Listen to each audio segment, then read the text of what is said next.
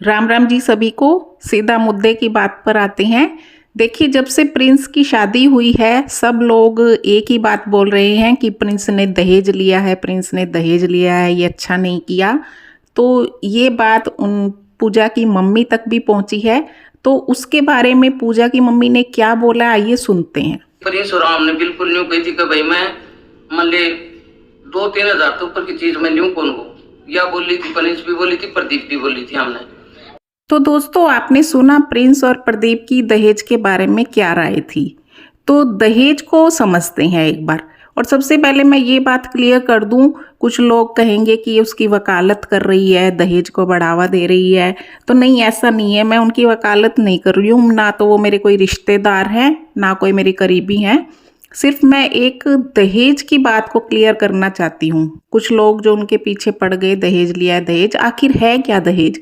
देखिए, जो पहले शादियां होती थी, चाहे आप 20 साल पहले लगा ले, 50 साल या 100 साल, जब भी शादियां होती थी तो लड़की के माँ बाप कुछ ना कुछ अपनी बेटी को गिफ्ट के रूप में देते थे।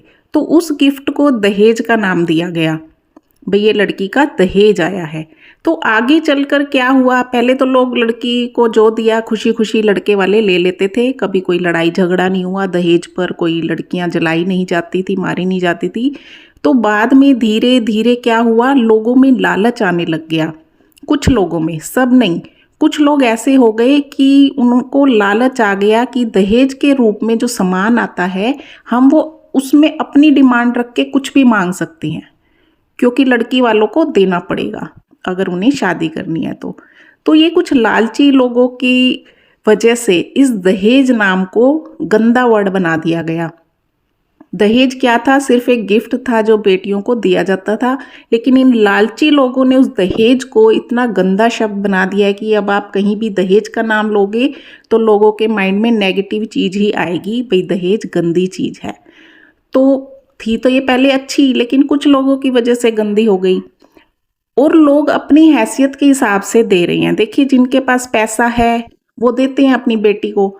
अगर सामने से कोई मांग रहा है लड़के वाला कि हमें तो गाड़ी चाहिए, हमें तो डबल डोर फ्रिज चाहिए, हमें सोफा चाहिए, तो वो गलत चीज़ है। आप उसे दहेज कह सकते हैं, गंदा दहेज, ठीक है।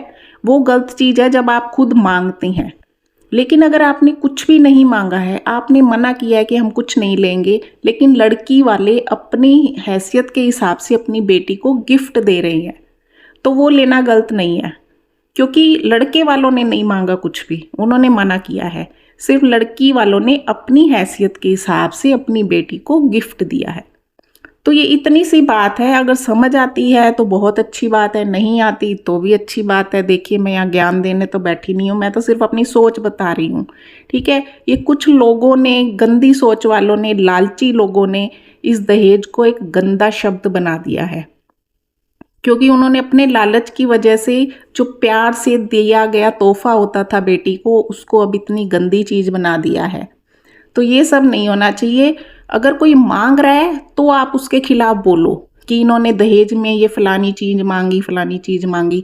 लेकिन अगर किसी ने मांगा ही नहीं है, मना भी किया है, लेकिन लड़की वाले खुद ज़बरदस्ती दे रहे हैं, तो वो गलत नहीं है। मेरे हिसाब से तो गलत नहीं है, ठीक है।